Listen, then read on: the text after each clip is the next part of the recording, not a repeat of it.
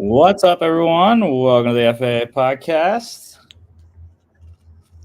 The NFL season officially closing last night in overtime fashion, Super Bowl 58 in Vegas.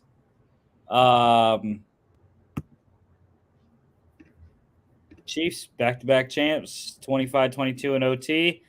Yeah, I mean, decent game overall. Yeah. It was a good game, just the wrong team won. Yeah, it's annoying. It's so annoying. But I did win money, block pool, so that was cool. The talk today, everyone is talking about Kyle Shanahan and his decision to take the ball in overtime versus kick it when they won the coin toss. And I can see both sides. I agreed with it at the time. Defense was tired. You know, you wanted to put pressure on the Chiefs by scoring a touchdown. But when I look at it today, I'm like, yeah, no, why? Why would you give Patrick Mahomes an extra down every series? So, yeah, I don't think it was the right decision today. Yeah, I think I also heard that in an interview, Kyle Juszczyk admitted that they weren't quite sure on the overtime rules, which is genuinely embarrassing. I don't think I would admit that as a team, especially given how much controversy and dialogue had been put into the whole rule change. I'm wondering how much that actually went into the decision making. I mean, honestly, even if they did know, I have a good feeling that Shanahan still would have taken the ball. And I mean, they had a good drive. It was over 7 minutes long. It just ended in a field goal, and that was just the kind of drive you can't afford to have end without 7 points. You need a touchdown there. Yeah, and once again, though, it's like, dude, what happens to Kyle Shanahan led offenses in the Super Bowl? Like, the second half, they just fall off. Well, it's obvious he just would not stop passing the ball. Yeah. On 3 consecutive drives in the second half, when they were up by 1 score, they went pass, pass, pass, punt, pass, pass, pass, punt, run, pass, pass, punt. They had 3 straight 3-and-outs and 1 running play. Like, I get it. You look at the stats. McCaffrey didn't have the best game in the world. I mean, he didn't average more than 4 yards a carry. But, I mean, you were still making progress on the ground. It just felt like in the second half, I mean, not to open up old wounds for Kyle Shanahan, but like Super Bowl 51, you could have ran the ball. You could have conserved clock. You could have, not conserved clock. Burned clock. You could have time managed more. You could have kept Mahomes off the field for a longer amount of time. And he just didn't. And the exact same thing happened in Super Bowl 51. He refused to run the ball with Matt Ryan. He kept the ball in the air, and he allowed the Patriots to get back. And just like in Super Bowl 51, here we are sitting Super Bowl 58. Does the exact same thing. Yeah, it happened in Super Bowl 54 as well when they faced the Chiefs up by 10 in the fourth quarter. Didn't run the ball, threw the ball, and that one felt a little bit different, I guess, because Jimmy Garoppolo missed the touchdown. I mean, Brock Purdy had 2 also that long passes that fell incomplete. Might have been able to get touchdowns off of them. One, he just threw a little too far, decent coverage. Second one, Chris Jones was in his face, so the ball sailed on him a little bit. But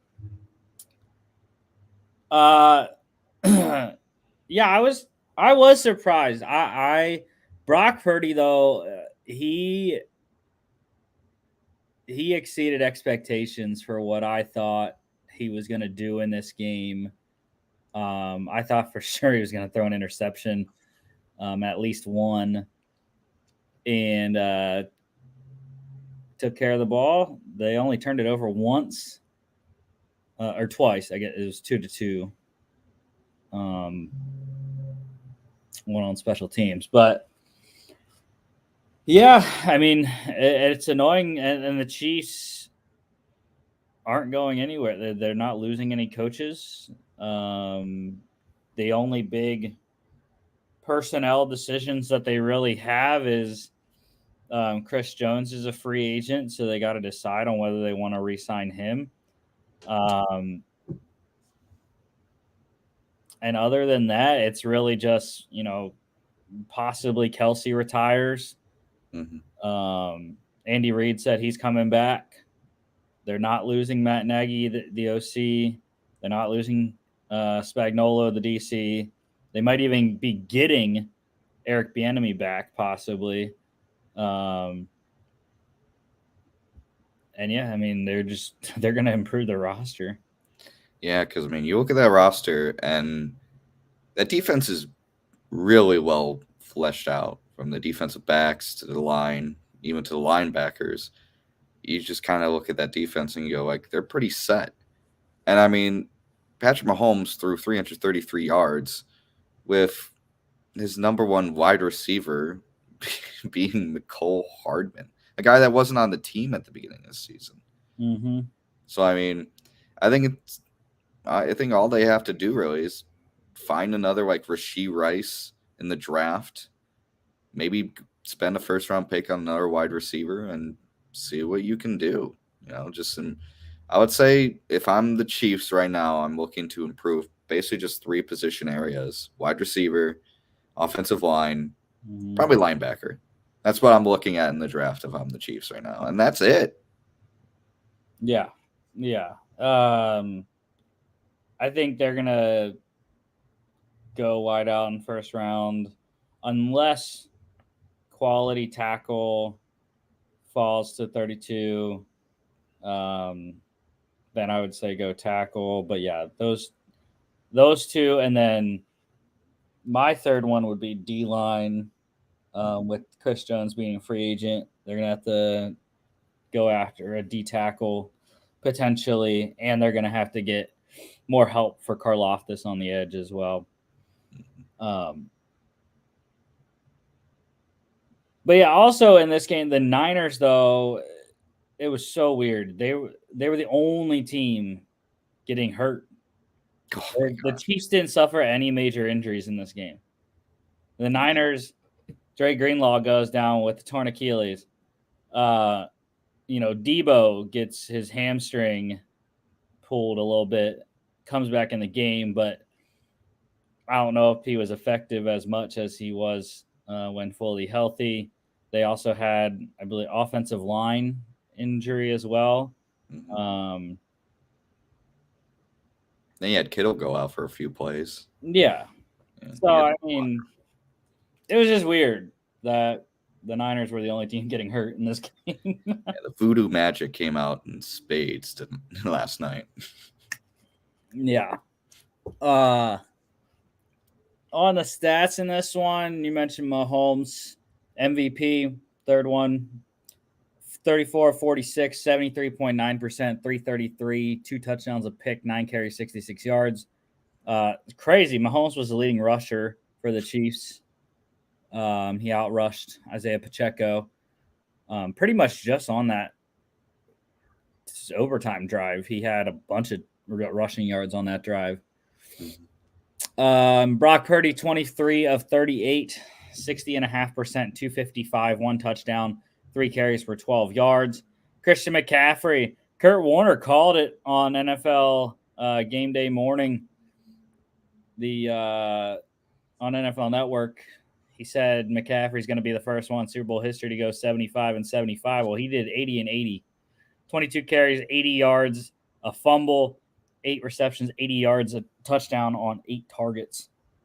So excellent game by McCaffrey.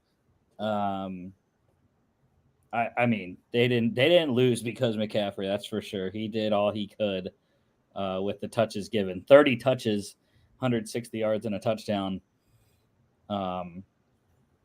I wonder, though, if the game would have been different had the Niners got a score on the first drive instead of fumbling. Mm-hmm. Even though they did end up being up 10-0. You know. Mentioned Pacheco. Travis Kelce led the game in receiving, 9 catches, 93 yards on 10 targets. Nicole had the game-winning touchdown. Your guy, Niners wide receiver Jawan Jennings. My X factor. Big night for him, 4 catches, 42 yards, touchdown on 5 targets. Threw a 21-yard touchdown pass to Christian McCaffrey for the game's first score, or the game's first touchdown, I should say. Debo with the big target night, but not a lot of catches, just 3 for 33 yards on 11 targets. The MVS caught a touchdown as well. Defensively, I don't know. It's tough. I am going to go with Chiefs corner Trent McDuffie, though. 3 tackles, 2 solos, 3 pass deflections, 2 QB hits. Yeah, I was going to go with Trent McDuffie as well. I mean, I feel like that stat line doesn't show just how effective he was in coverage and making Brock Purdy turn and change his intended receiver just because he knew McDuffie was there. Also got to give a shout out to George Karlaftis, my other X factor. Great game, 5 tackles, 2 solos, half a sack, 3 QB hits. It definitely felt like, Trent Williams did have a tough time against a pretty impressive defensive end, which is something you really needed as a Chiefs defense, because you knew, Jones was going to get, basically doubled up every single, snap. So you had to have a guy to get around Trent Williams, and Karlaftis did that more often than many expected. Yeah, just in his second year, going into year 3 next season. Bosa and Chase Young also were excellent. Chase Young more early in the game, Bosa later. But, that duo, I think the Niners are going to have to hope that they can get Chase Young back, because I think those two work well together. Mm-hmm. Yeah. I think one thing that Nick Bosa did really well that didn't show up on the stat line, he really did a good job of containing Pat Mahomes when he rolled out. He only had half a sack, but he could have had 1 or 2 more, just keeping Pat Mahomes away from the line of scrimmage and forced to make bad throws. Yeah. It was really, like I said before, it was odd the amount of times Mahomes ran on the game-winning drive. Mm-hmm. I don't know if that was a time where they were missing Dre Greenlaw, because if you're running nickel package where you have 5 corners, 5 DBs, you only have 2 linebackers on the field, and I don't know if they were running nickel or dime, but if you have 2 linebackers on the field, one's Fred Warner and he's going to be the primary coverage guy, and then your other one's Oren Burks or Demetrius Flanagan Fowles. So not Dre Greenlaw, that's for sure. Yeah, and you do not want to see the stat line for Burks when he was targeted on defense. It was bad. 9 targets, 9 catches given up, 132.7. Pat, what was it? QBR? No, it wasn't it. Passer rating. Passer rating. That's the word I'm looking for. Yeah, and he gave up a touchdown too. I mean, he got smoked. You could definitely tell how badly that San Francisco 49ers defensive unit really needed Greenlaw out there. Yeah, and Mahomes was 8 for 8 on the game-winning drive with a couple scrambles. Mm-hmm. So that was Yeah. Chiefs cover plus 1.5. They went outright over a 46.5 by the hook. It definitely, I thought it closed at 47, so I thought it pushed, but ESPN had it closing at 46.5. College football news, just one thing. UCLA, they have their new head coach replacing Chip Kelly going to Ohio State. They have promoted running backs coach Deshaun Foster to head coach. I saw a video today. All the players were super hyped about it in their team meeting when he got announced. Former NFL running back, played with the Raiders and Jets, I believe, or I know he played with the Jets. Was going to become the Raiders running backs coach before UCLA decided to hire him as the head coach instead. So we'll see. We'll see how he does. Not a lot of coaching experience. I think he's been coaching since. No, I guess he does, because he stopped playing in like 07. Yeah, played for the Panthers and the 49ers, so I was wrong on the Jets thing. But yeah, he played at UCLA, so he's coached at his alma mater pretty much ever since he started coaching in 2013. Other than 2016, he was at Texas Tech as the running backs coach. But yeah, he's been with UCLA for quite a while.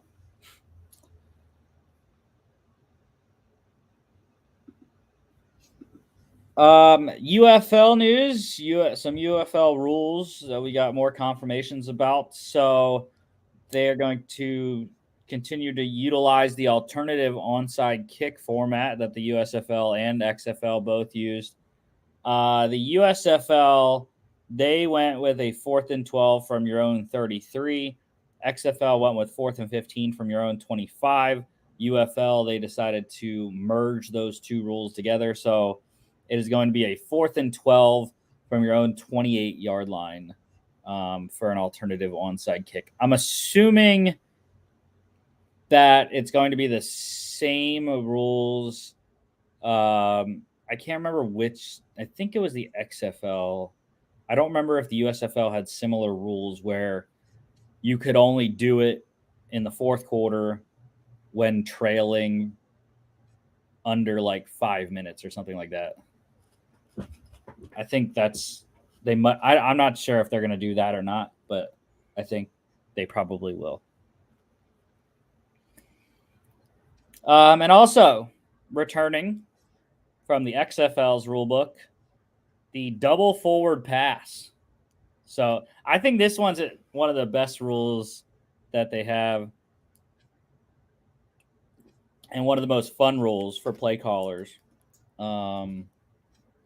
So with that, you can throw a forward pass behind the line of scrimmage and throw a second pass on top of that. So really incentivizes trick plays. And those screen passes you can throw, and if the receiver drops it, it's incompletion instead of having to try to throw it backward and possibly fumble the ball. Worked to perfection. The Houston Roughnecks hit one last year with Deontay Burnett. He caught a long touchdown from John Trey Kirkland on a play that they did the double forward pass. And also the UFL, the Michigan Panthers linebacker Frank Ginda won Defensive Player of the Year last year in the USFL. He intends to re-sign with Michigan if he's not offered any NFL futures deals coming up before the start of free agency, I guess, or the start of UFL training camp, which is like next week. NFL, Eagles edge rusher Hassan Reddick has been given permission to seek a trade in the last year of his deal. I don't like it. He's had double-digit sacks both the last 2 years. and the last 4 years, I believe, overall. I don't necessarily like it for the Eagles. However, if they can get a guy that they're going to lose anyways in 2025, why not? If they can get something of value, which even though I believe Hassan Reddick's 29, I still think they're going to be able to get a premium selection for him, like a second round pick.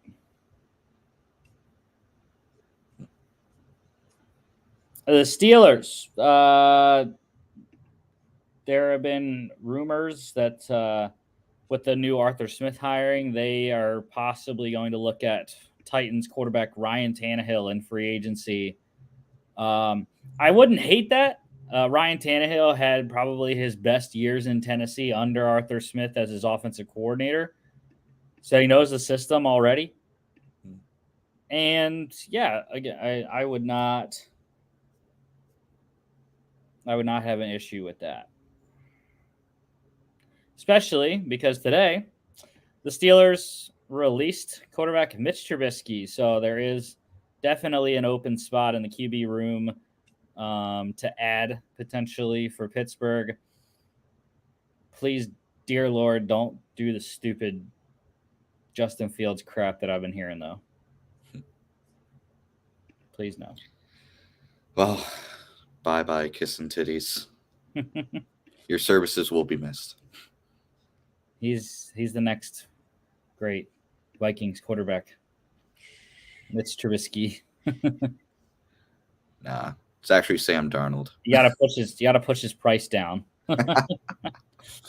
And then finally the Seahawks. New head coach Mike McDonald. He has his offensive coordinator to pair with Geno Smith. It's going to be Alabama offensive coordinator Ryan Grubb. He did a Bill O'Brien. He followed Kalen DeBoer from Washington to Alabama. Was there for a month, and then he got a call from Mike McDonald and say, "Hey, you want to come be the offensive coordinator to Seahawks?" He's like, "Yes, sir." You want to come back to the great state of Washington? Yeah. After you already moved all your crap to Tuscaloosa. Tell your family you're moving back. As the wife's throwing plates and stuff at him. I just settled in. We just signed the TV contract. Just signed a TV contract. Just put the kids in school, and you're pulling this? We're staying. You can go. You can go. Enjoy Seattle. I'm not mad. I promise I'm not mad. I'm not mad. I just wish you talked to me about this first. And that's it. Literally, that's how the day after the Super Bowl goes. Nothing going on. Yeah. Couple things. We're all just reminiscing about the halftime show and the commercials. Oh my God, the halftime show, all-timer. Oh, so good. All-timer. Dude, Luda and will.i.am, dude, Lil Jon, I was like, no way. Yeah. And I think I thought about this morning. The halftime shows that they're getting right now is for our generation. The 20-somethings right now, like that's been the halftime shows the last couple of years. And I thought about it, and I was like, when you look back, look at your childhood Super Bowls. Who was performing in those? I do remember Prince. Super Bowl 41 when the Bears were in. It was Prince. Right. It was Prince. It was I think U2 performed at one time. Yeah. Didn't like the Dave Matthews Band perform once? Dave Matthews. Let's see. Oh yeah, U2 was Super Bowl 36. Dave Matthews. I don't know. Super Bowl. Did they do one? Here is a list of halftime shows all time. Yeah, so yeah. You had like U2 in 02. You had Janet Jackson in 04 with Kid Rock, P. Diddy, Nelly, and Justin Timberlake.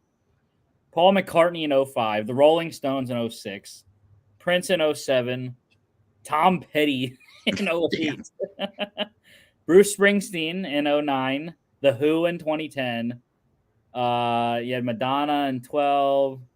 But then, like I said, like 2013 is where it like started to become like our people. Oh yeah. It was Beyonce, Bruno Mars, Katy Perry, Coldplay, Lady Gaga, JT, Maroon 5, Shakira, J-Lo, The Weeknd, Eminem, Dr. Dre, Snoop, Kendrick Lamar, Mary J, and then Rihanna and Usher. So yeah, like literally the last 10 years it's been our generation of performers. Gotta wonder who's next. I mean, It's Taylor Swift. She's got to be top of the list right now. Just of considerations. I think Justin Bieber is also a possible choice. The thing is like, I think that Taylor's just too big. That's what I was thinking. Like that Eras tour is probably going to go on for another 5 years. Right, and you'd get half of the stadium selling to Taylor Swift fans, not football fans. Oh yeah, absolutely. So, and that's not what the NFL wants. Yeah, probably not.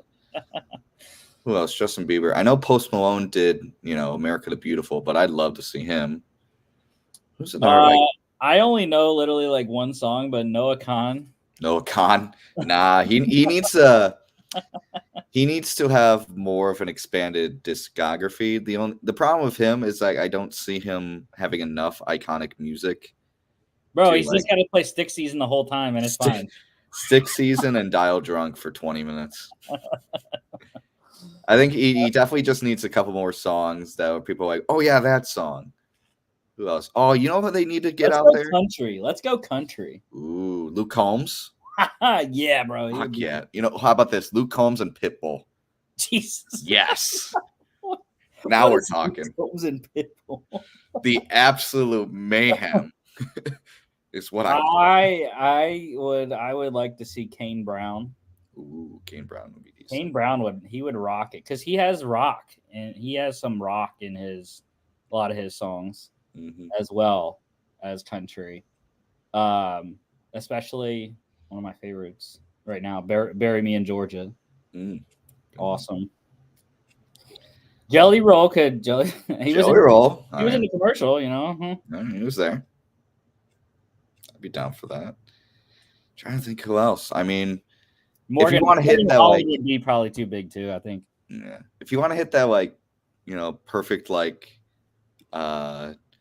Gen Z millennial borderline mid 2000s music enjoyer, like,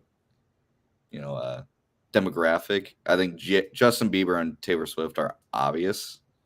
Like everyone just knows them at that time, and they have just. I think the Backstreet Boys should come back. Backstreet Boys. Backstreet back. All right. Yeah, I'm in. Dude, all right. Because we didn't get the NSYNC reunion that everyone wanted when JT performed. Yeah. So we're not getting that back ever again because of what JT did off the field, allegedly. It's Backstreet's time. It's Backstreet's. They're back. But yeah, I guess we killed enough time to make it almost a 30-minute show. And had to. Because, as we were talking, I think the Steelers released 2 more players. No. They released Presley Harvin III, offensive lineman Chukwuma Okafor, and Mitch Trubisky. They've made it official. It's fine. Bye-bye, Harvin. No, he'll be back. For now. He'll be back like Backstreet. It's fine. All right.